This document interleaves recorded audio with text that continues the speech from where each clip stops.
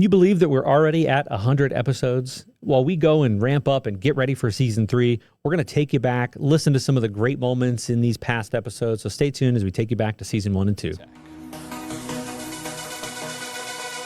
Hey everybody, welcome back to a brand new episode. Today we're talking about how to unleash CX excellence and journey into the omni-channel world.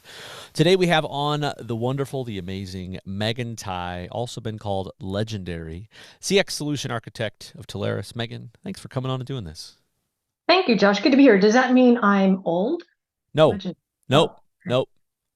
Ageless, timeless, whatever you want to call it. Meagan, I want to kick this off first about you. I want everybody to get to know you, right? We always talk about what are people's journeys, how do they get into this. So let's hear your journey. You know, what's been your path into this space? Did you always set out to do this? Did you stumble into this? Love to hear it. Yeah, never would have imagined I'd be doing this, decades ago. So yes, legendary. I've been around it, been around for a few decades. I don't think people know this about me, but I have a degree in child development. So I used to work in that industry. Now, some people will say, oh, it comes in handy for what you do these days. But I was in that industry early on, my 20s, early 20s, and thought, you know what? The parents were kind of difficult to manage. The kids were great, but the parents, not so much. So I wanted to change, and I got a break into sales. From a family member says, I think you'd be good. We'll come in, we'll train you on how to do this. I'm thinking, sales, what? Okay. So I went in, I was groomed. And back then it was a cable harnessing company. We started manufacturing cables and wire harnesses for Nortel, Meridian Systems, that kind of stuff. Little did I know that was going to be my path, right?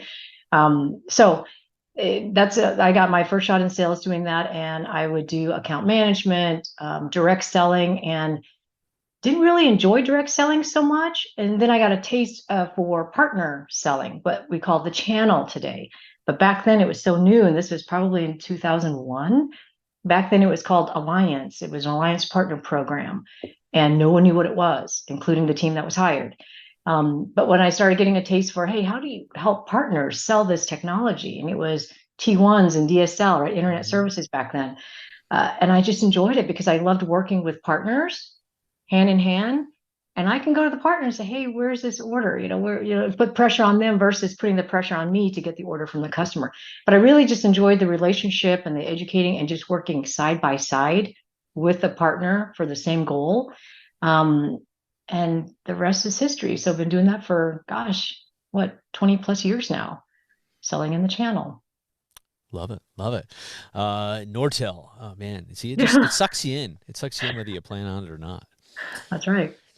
So let's talk about, all right, here we are in 2023. We've had a lot of episodes where we talk about different segments of contact center and customer experience. We talked workforce management. We've talked all these different things. What does omni-channel mean if we're just defining this here in 2023? But also, why is it still so important? Yeah, it absolutely is important. It's funny because when I started with Telarus about 5 years ago, and back in 2018, we had to properly define what omni-channel meant. It's a way to seamlessly move your customer interactions between different channels of communications, whether it's voice, SMS, chat, whatever, move them around seamlessly without losing contact with that customer. Hugely important. It still is today. But I remember back then we would define it as, what does it really mean to be omni-channel versus multi-channel? Today, I think it's a little bit different. It's starting to pivot. The omni-channel word is still out there and it's still being used synonymously with CCaaS or contact center. So I hear partners all the time, as soon as they start talking about contact center technology, they mention omni-channel. But what I think we need to realize, and it's really important, is, and our vendors are starting to do this, where they may not say channel anymore. It is still omni as far as the transaction scope, but they're starting to say words like interactions and engagements, not so much channel. To me, I think I agree with that. To me, it is still important to understand as a business, what different types of communication methods do you need to deliver to your customers, to the outside world? So again, I use the word channel still, right? But interaction and engagements, I think more defines what that means. So that's really important. Now, back then too, we were really, really focused more on the voice piece and being able to move voice to chat to SMS. Now we're starting to hear more about the digital interactions, digital channels, right? It's all about what can we do at the front door, whether it's a web chat or a chat bot, whether it's social media, it's texting, because that's how people communicate these days. Voice is still important. Josh, you and I worked a deal years ago where this customer was going to cut out voice entirely. And we thought, are you crazy? No, don't do that, because they were having issues with that. And the feedback from their customers were, we need someone to call and talk to live. So we still want that voice channel or that voice interaction. But what I'm starting to see as far as the speak goes, or the language in our industry, is more about interactions and engagements, and how do we capture that? How do we continue to move it from different channels or different interactions seamlessly? So that's still important. I honestly think it's super, super important now, because think about how we communicate at a personal level. And that has continued to increase as far as the expectations, right? So as you and I are just regular customers where we're dealing personally with one another or with our brands and services, I think it's even more important now to have omni-channel or omni-digital channels or digital interactions, because we're so used to having everything at our fingertips. And I think as regular consumers like you and I, the technology that's out there, we know it's improving over time. It's faster, it's more intelligent. We want answers now. We want it in real time. We want it fast. We don't have to, talk to multiple people or have multiple interactions to get what we want, any of our issues resolved, really. So I think that's what's driving it. And that's why it continues to be so much more important, because we know technology is there. It's getting better in order to get us the information that we need and the answers and our issues resolved in real time, faster. Yeah. And I mean, yeah, I think you bring up a great point too of, it's about what is changing, right? And I'm going to jump now into a little bit about trends, right? Things that you're seeing in there. And I think you bring up this thing of whether it's right or wrong to expect an answer right now. That's the precedent that's been set. Really great customer experience is something that can get me an answer quickly, right? Regardless of what that answer is, how it's handled, that's a different conversation. But there is that expectation. So I'm curious from your perspective, right, as we talk about trends and we jump into that, what do you see now, right? Is it us having to pull customers forward? Is it customers coming to us saying how I do this? Or just what are the trends that you're seeing overall? Yeah, so I'm going to get to the buzzwords in a minute now. We're going to talk a little bit about that. AI. Okay, but before that, as we're talking about trends and what I'm seeing too, and we keep saying CX, right? Because we've been talking about customer experience forever. But I want the audience to know that it's more than just CX now. It is about the experience, but it's not just customer experience. It's in healthcare, you're looking at patient experience, PX, right? In the finance world with credit unions, they call their clients members, the member experience. And then what's even more important is we have to remember it's the internal experience as well. So you've got the employees, the agents. So all of these, right? EX, AX, PX, MX, all these X's. It's all about the experience. So whether you're an outside client or you're an internal employee handling those interactions for the clients. So I think that's one thing we have to be aware of. And so I think that one of the trend is, that CX, that acronym is still being used quite a bit, but it's expanded beyond that. Now, the buzzwords, though, the hottest and latest things are the trends are AI, artificial intelligence, chat GPT, generative AI, all these buzzwords. So years ago, we were talking about AI, but we would always say, you know what, AI is pretty complex. So if you've got customers bringing up the term AI, just come to us. We'll talk to them. And that is still the message. It is still very complex. It has grown and improved and advanced. Now it's like AI on steroids. Mm-hmm. I don't know what it's going to look like a few years from now, because it's fastly changing. And of course, there are people who are afraid of what AI can do, right? Is it secure? With any new technology, you've got people who are looking to scam you, so they can always use that technology to their advantage. So we have to be careful, of course, but it is amazing what it can do. So the trends that I'm seeing now, a few things, is using AI, generative AI, to summarize things. So a lot of our vendors are coming out now and leveraging OpenAI or some other type of a chat GPT type of AI platform to enhance their own AI capabilities. And so one of three things I'm seeing as trends with this. One is summarizing meetings. You can take a whole hour meeting and put it now into one paragraph that tells you, oh, these were the key points we talked about. Here are the next steps. Done, right? Amazing. So I'm seeing that quite a bit as a trend from our vendors in the contact center space that's saying, hey, we offer this now. The other thing I see is conversational AI, right? So a lot of self-servicing, for me personally, I love this, as long as it works well. Mm-hmm. But being able to provide a voice interactive, or maybe it's a chat bot that's very interactive, right? So it's two ways. But the idea is the conversational AI is more of speech recognizing, right? Maybe it can do some voice biometrics to authenticate a user. But that's what's starting. Remember, we talked about that whole digital interaction or engagement. Is conversational AI is a huge piece of that on the front door. So it could be a virtual assistant, virtual agent, whatever they call it, but it's very interactive and it understands your speech and it could address a lot of the mundane questions, right?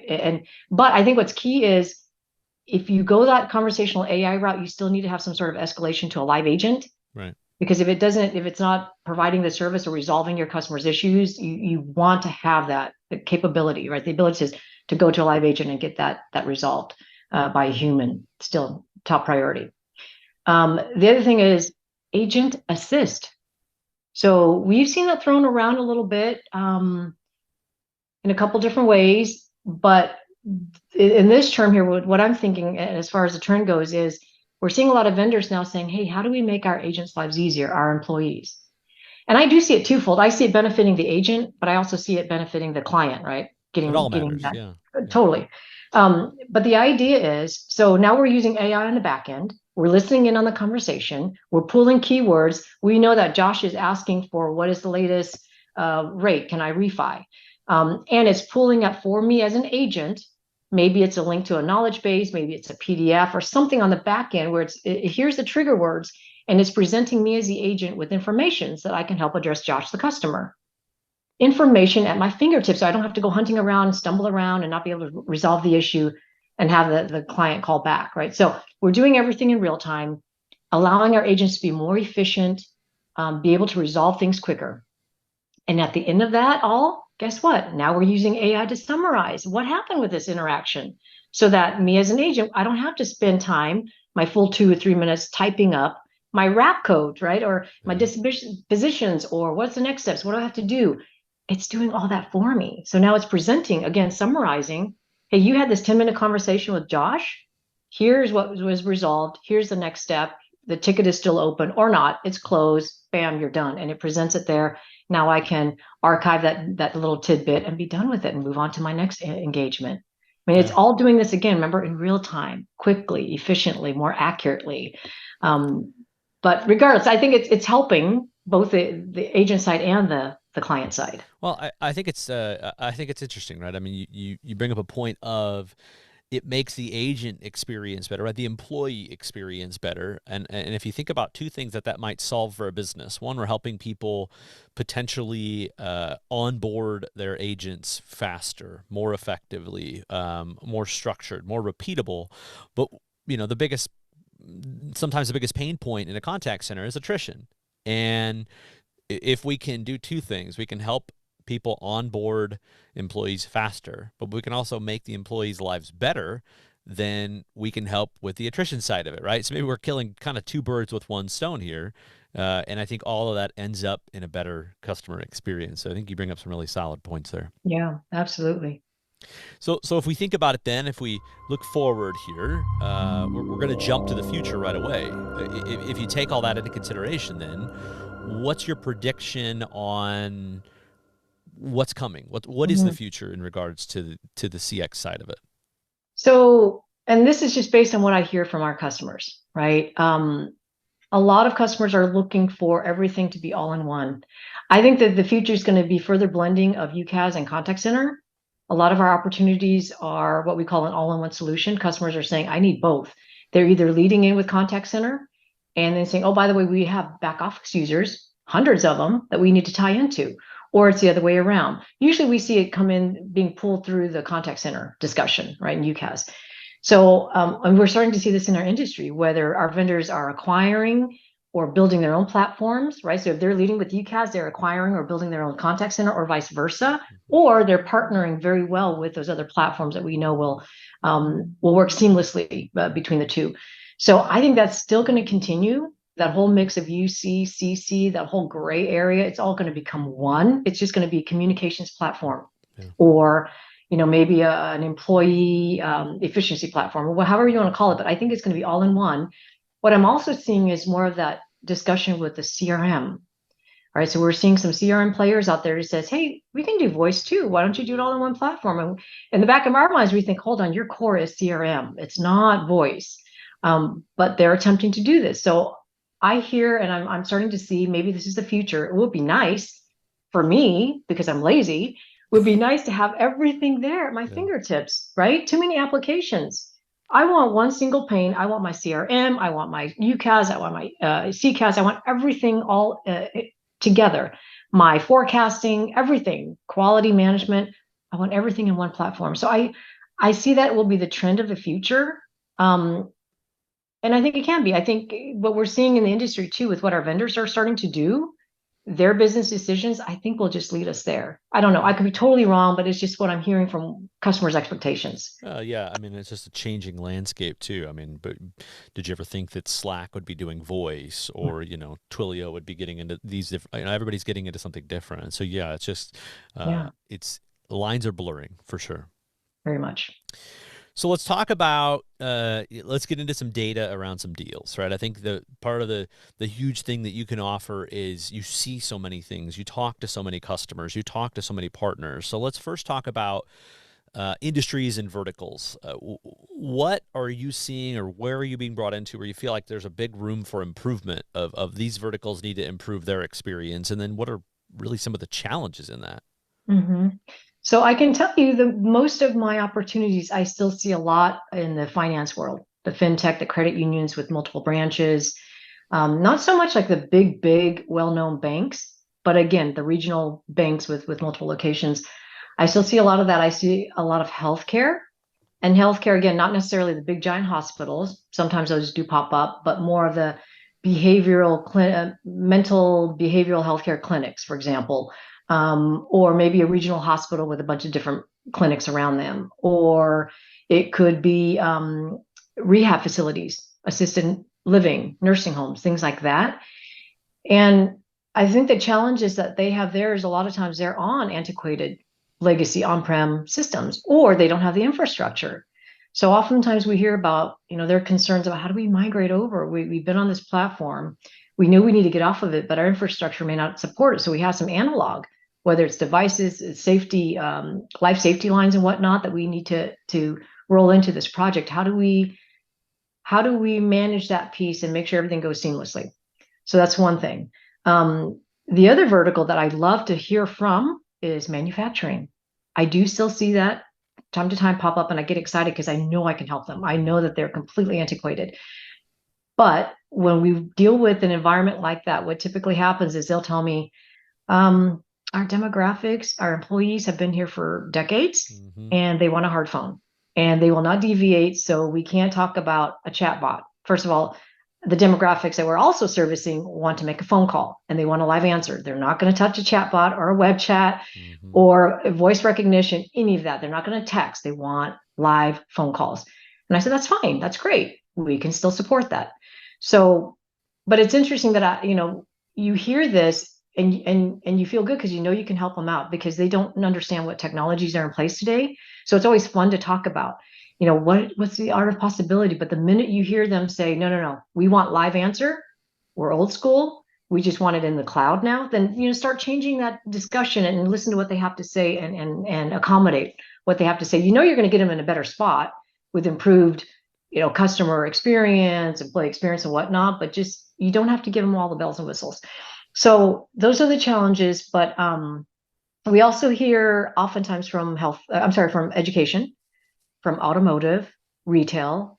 So it's the same industries that we've seen from time to time, but I would say the majority of the industries I speak with now is financial and healthcare, and it's all about self-servicing. It's all about automation and self-servicing.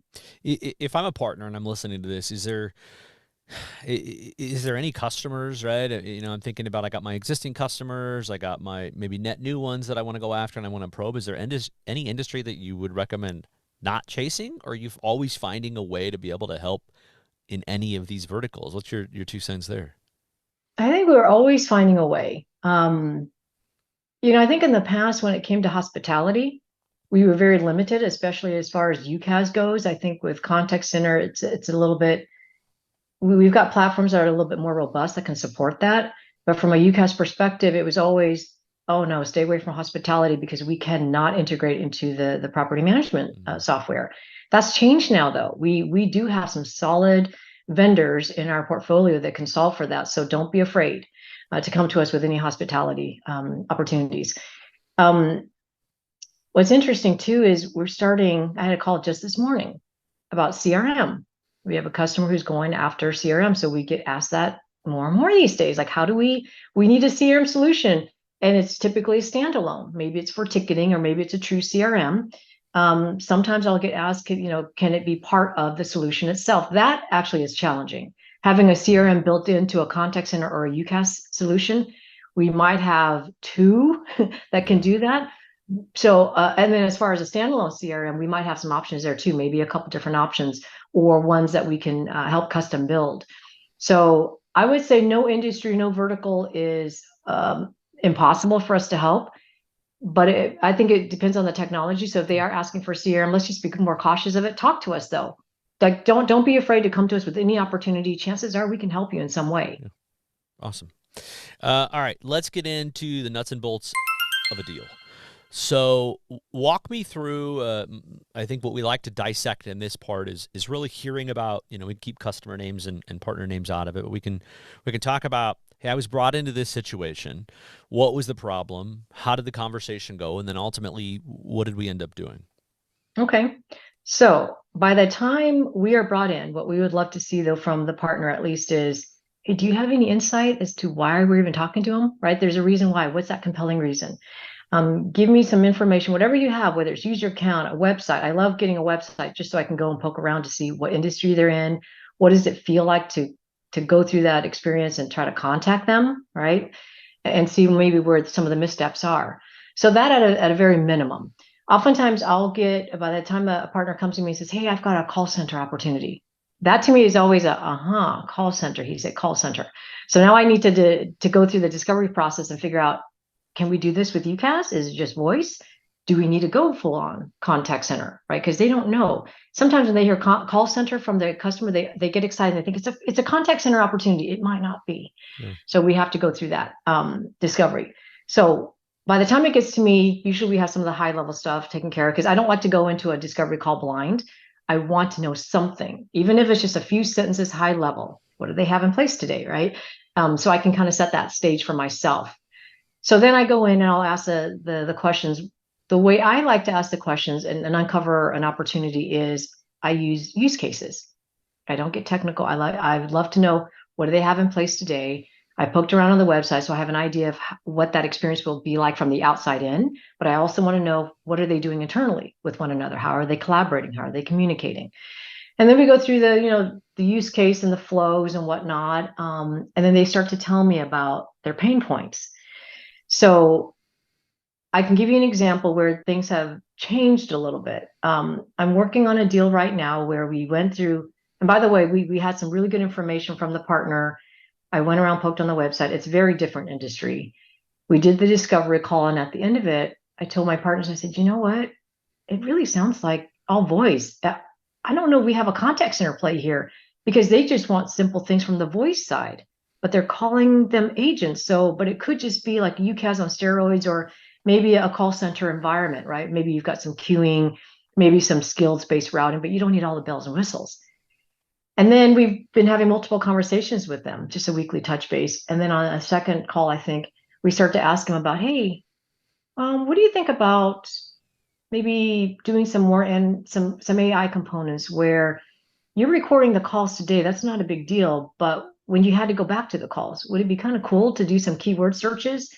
Would it be even cooler to take it a step further and do some analytics and AI in real time on the back end that can detect the sentiment of what your clients are going through? Because this customer had some sensitive conversations with it's an industry where it's sensitive to their clients that they're servicing. So they had to be careful with that. But we gave them kind of the art of possibility on, hey, wouldn't it be kind of cool to do this? How about some quality management?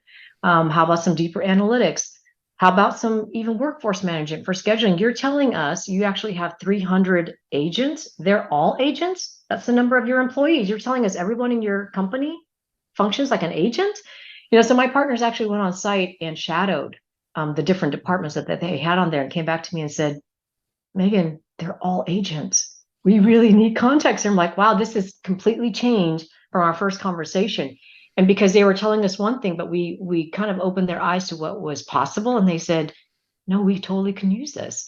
So what's interesting about those guys too is they are already on, I think they were on a cloud system that wasn't doing what they wanted it to do, which is also different, right? Usually they're coming from an on-prem and you're showing them the light with cloud, but they're moving from a cloud solution. So that was one that completely changed. And that was nice. So now we're opening that door to this whole conversation. We're going to go back now on this next call and have another conversation and say, hold on, let's talk about your other users. You're telling us everyone's an agent. Are there other back office users that could benefit from a UCaaS solution? Now, so we're kind of going backwards. So it's interesting how it's evolving. The other one I wanted to talk about that took me by surprise was a credit union. They're on an on-prem.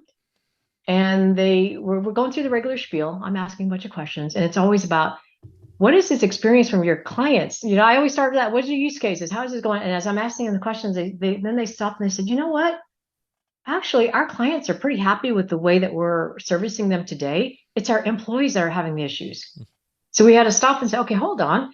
And so they said, no, it's our employees. The system today, they can't communicate with one another. So they can't be efficient enough to handle our clients. But our clients are super happy. I said, oh, okay. So we completely pivoted. That was interesting. We then changed the conversation. We focused more on, okay, so what are the use cases there? How are they using the system today? Yep, I can see all the gaps. But at the end of the day, we're going to get them a solution that is going to benefit both, right? Like you and I were saying, it's going to help the customers, it's going to help them or their members. So that's interesting. So just listen and see as the conversation pivots, just again, go through use cases and figure out where they need the help the most. Great examples there. Before I get to this last question, you said something that I want to call out that was important here, right? Presumably, you're in a technical role, right? You have architect in your description, but you said something really key, is that I don't want to get into the weeds. I don't want to get into the bits and bytes, right? Can you illuminate that a little bit for me, what you mean? Yeah. So I think it's critical from the get-go to understand, to listen, what are your customers requiring? And I don't mean, and we can talk about integrations, right? At a high level, you talk to them about what systems are in place. Do they want to integrate it? What does that integration look like? But again, from a use case perspective, not, okay, so on the back end, I've got this and that, and I got to put this here. Now, we will let the vendors do the heavy lifting. We know who plays well with who can integrate with what platforms. Okay. So at a high level, we can figure that out. I don't go into the bits and bytes and talk about how things are architected necessarily. Or how, if you're going to bring your own carrier, how is that going to work on the back end? How are the two platforms going to play together? I know it can all work. So I don't go into the weeds with that or the details around that. I think it's absolutely critical. And I think that's going to be the segue to, the next question you're going to ask me. But I think it's absolutely critical to understand the use cases and how the customer needs this to work for them. And then you can let the vendors come in and do all the heavy lifting. That's their core. They're the experts with how it's going to all mesh together and the details and the architecture behind it. We just have to know that it can be done. Yeah. And let's not scare the customer off in the meantime. Yeah. Absolutely. Great. All right. Final thoughts here. So again, there's partners listening to this. You've drawn out some really great points of kind of where it's at, where it's going, what trends, things to look for, what a deal looks like. A final question. Biggest tip you can give the partners around CX and how to continue having and developing that conversation. Okay. Yes. So we've said this, right? We say it doesn't have to be technical. You don't have to get into the weeds. The way I approach it, and this is how I would have a partner approach it, because they do get intimidated. Meagan, I don't understand how to have the conversation. And I could say, you know what? Put yourself into the customer's shoes. So you're working with a business organization, they're your customer. Put yourself into their customer's shoes. What does that look and feel like? And that's why I always go through use cases, right? I don't say, do you have a contact center? What do you, do you need this? Do you need that? And start spewing out all this information on what the technologies can do.